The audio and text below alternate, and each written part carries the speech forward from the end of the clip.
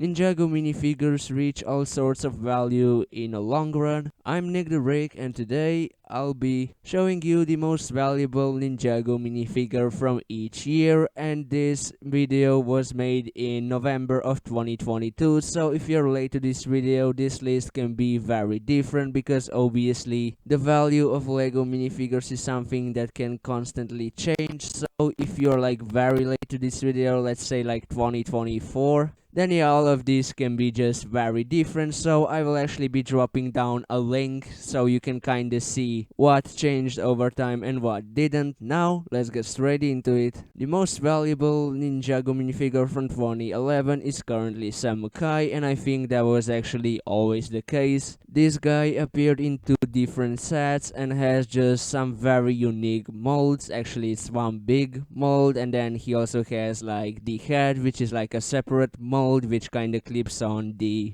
So yeah, it's definitely a very valid minifigure, and yeah, if you want to get him brand new, that costs you around $60, which is pretty insane, not gonna lie. You know, him in use condition is definitely easier to access at around $25. From 2012, the most valuable minifigure is Energy J. That is also no surprise, at least to me. That minifigure was always very wanted by fans and, you know, was always considered like a very valuable figure. You know, if you have Energy J, you have something very. I mean, personally, it is my favorite Ninjago minifigure of all time, so I would say such value is deserved, but that means that people just can't access it at this price, so that's pretty unfortunate, not gonna lie. But yeah, to get him brand new, there's almost no sellers, at least on Bricklink. So yeah, as you can see, the number is very high. 2013 probably has the biggest surprise in this video, and yeah, apparently the most valuable minifigure from 2013 is the Kimono J with the jetpack. So yeah, in the set that included J, which was the Stone Warrior bike. It included J, but not with the armor piece, but with the jetpack, and this was the only set Kimono J ever appeared in. You know, I can kinda see why there is such a high value, because all of the prints are exclusive. I mean, the torso and the legs, and then it also has like some jetpack thingy, which yeah, definitely raises the value a bit, but still, I imagine this would be the last figure from the final battle you would imagine to reach such a high value. As you can see, to get him brand new, you'll have to pay quite a big amount of money. Like, it's really pretty crazy, not gonna lie. 2014 has a very expensive minifigure, which is the DX Lloyd, which only appeared in the Target minifigure cube, so it was also kinda regional exclusive. Personally, I was lucky enough to get one shipped all the way from America to my country, which was actually pretty crazy. Definitely one of, yeah, probably my wildest purchase, to be honest, but yeah, I actually got him when the value wasn't nearly as bad as it is now. Now, however you look at it, used or new condition, you're gonna pay like just an incredible amount of money to get this minifigure. It's just hard to access. Obviously, it has exclusive printing, legs, and the torso. The minifigure is obviously not even canon, so like it's even more special, and you know, the price is absolutely incredible. And yes, it is the most valuable Ninjago minifigure, along with one other big fig which has a slightly bigger value, but still, you know, as an actual minifigure, it is the most valuable one so far. 2015 has the Possessed Lloyd as the most valuable minifigure, and that is just absolutely no question. Like, I don't think anybody would imagine any other figure to be more valuable than this one in 2015. Like, really, it has such a badass design, exclusive torso printing, legs, the head, and then you have just like specialized armor piece and the mask. So yeah, I mean, it just screams that it is definitely a figure to become valuable over time, and that is obviously what happened here. No surprise there. Definitely such a badass figure. I can definitely see why it is currently worth so much. From 2016, the most valuable minifigure is the Day of the Departed Python, which only appeared in the Samurai X cave, and unfortunately this is the only minifigure so far on this list that I personally still don't have, so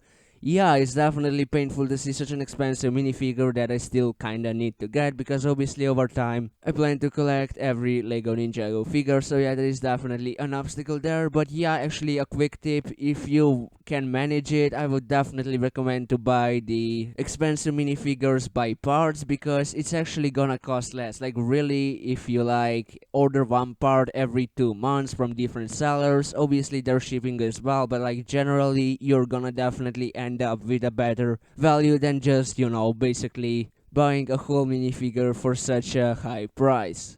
From 2017, we have a Chronix, and yeah, obviously, I don't think that will cause much questioning. Like, really, it's a beautiful figure. Actually, one of my favorite Ninjago figures to ever exist, to be honest. The design is just beautiful, like, perfection in my opinion. He only appeared in one set along with Crux, so obviously those two guys are now worth a lot, but Acronix is the one that just, is just cooler. Like, I'm sorry, but Acronix is just better, and yeah, that's why he has definitely a higher value than Crux. But again, Crux is also very valuable, actually more valuable than a lot of minifigures that we are gonna take a look at on this list, especially in the more recent years. 2018 actually features a big fig, which is Kilo with the Oni Mask of Deception, and yeah, this minifigure is the most valuable Ninjago figure at the moment, if you want to call it a figure. I mean, it's not really a minifigure, but it is a figure, you could say. And yeah, this guy appeared in one $50 set, I believe, which was obviously Kilo's bike, which also included the Samurai Mech and the SOGJ. And yeah, there's actually a sad thing for the owners of this figure, including myself, which is actually this minifigure was already worth like $90,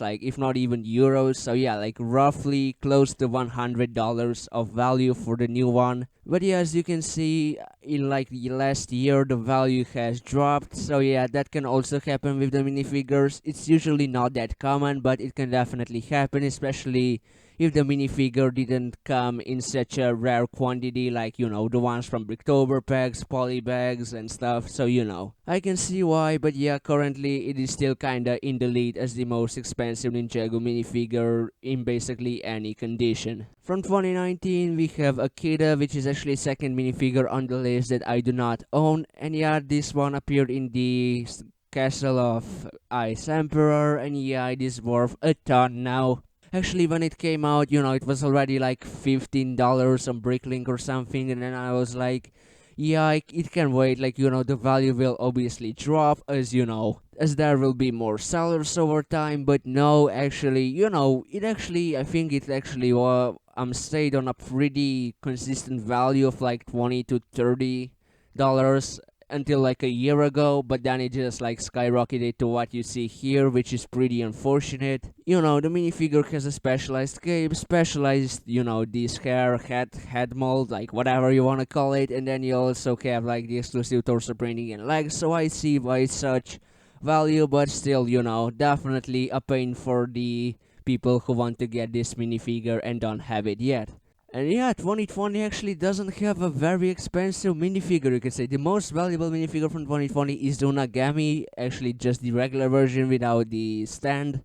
And yeah, he actually is worth around $10, brand new, nothing crazy there. And yeah, it is actually pretty interesting. Like, just no Ninjago minifigures from 2020 reach such value to be just like very desired. So yeah, I actually found that pretty interesting. Like, I just don't see it how certain minifigures like maybe Princess Vonia definitely could have gotten a bit more expensive than she did. But yeah, she's probably like second, I think, from what I checked from 2020. So yeah, pretty interesting. So now we know that 2020 was definitely the cheapest year for Ninjago minifigures. From 2021 we have Future Nia, and as you can see, the value isn't exactly crazy, but it's definitely valuable to some extent. Made sense, the minifigure came in a magazine, like that book thingy, so obviously it reached a certain value with this exclusive amount of printing. And yeah, personally, I actually have a pretty good experience with this one. I actually paid quite a bit for this one, a little more than you can see here on the screen. But yeah, I actually bought what I think was the first Future Nia to ever be sold on Bricklink, which I think is pretty mind-blowing. But yeah, I just really like this minifigure myself. I definitely wanted to get it soon to complete my legacy set of ninja suits. So yeah, really cool, definitely a very good figure. And yeah, the value is pretty understandable, I would say. Lastly, we have the golden Oni Lloyd from this year, which actually reaches some very high numbers here. As you can see, to get him brand new, you'll have to pay roughly $35, which, yeah, is definitely pretty insane. It only comes in the very expensive dragon set, so obviously I can definitely see why is that. But heads up, if you have access to Bricklink, I actually can give you a very good tip on how to escape by getting this minifigure for much cheaper price. So at first there will actually be a minifigure coming in a magazine that includes the torso, legs, armor piece, and the head from this minifigure here, but it will only have like the hairpiece with a headband. So you know, if you'll get that on Bricklink, you can get that like for pretty cheap, like definitely below $10 I believe. And then actually I would recommend to just wait over time until the actual value of the minifigure drops, and there will be just more